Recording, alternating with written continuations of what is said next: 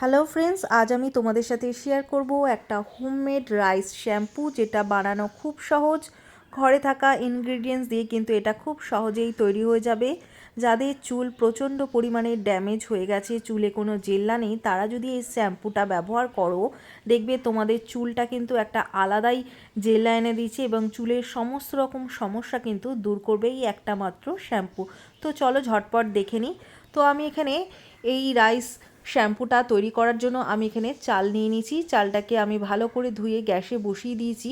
তো এই চালটা যখন একদম 90%-এর মতো সেদ্ধ হয়ে যাবে, তখন এর যে জলটা, সেটা আমরা এখানে নিয়ে নেব। এই জলটাই আমাদের শ্যাম্পু করার জন্য লাগবে। তো আমি এখানে 1 কাপের মতোই চালের জলটা আমি এখানে নিয়ে নিলাম। তো আমি এখানে 1 কাপের মতো রাইস ওয়াটার নিলাম। রাইস ওয়াটার আমাদের চুলের জন্য ভীষণ ভালো, চুলকে সফট রাখে, সিল্কি রাখে, চুলে কিন্তু একটা আলাদাই জেল এনে দেয়, লম্বা হতে সাহায্য করে, চুলকে ঘন হতে সাহায্য করে, চুল পড়া বন্ধ করে। তো এর সাথে নিয়ে নেবো এখানে aloe vera gel, plant base aloe vera জেলটাই আমি এখানে ব্যবহার করছি। তোমাদের কাছে যদি প্ল্যান্ট বেস অ্যালোভেরা না থাকে, তাহলে তোমরা মার্কেটের অ্যালোভেরা জেলও ব্যবহার করতে পারো। তো জেলটাকে আমি বার করে নিয়েছি।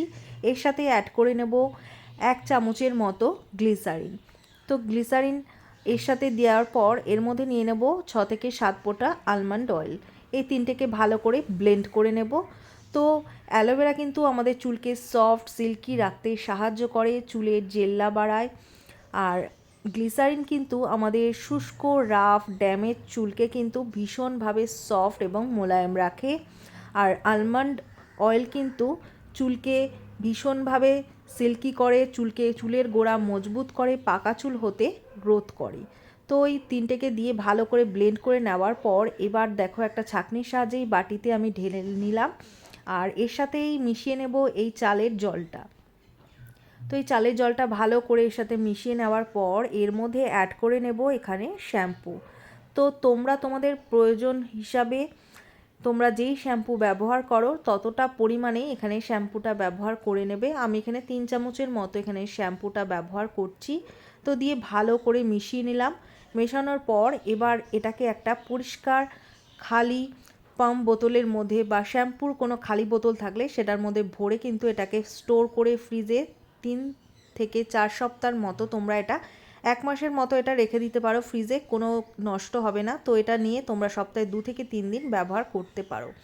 এটা ছেলে মেয়ে প্রত্যেকেই কিন্তু ব্যবহার করতে পারবে।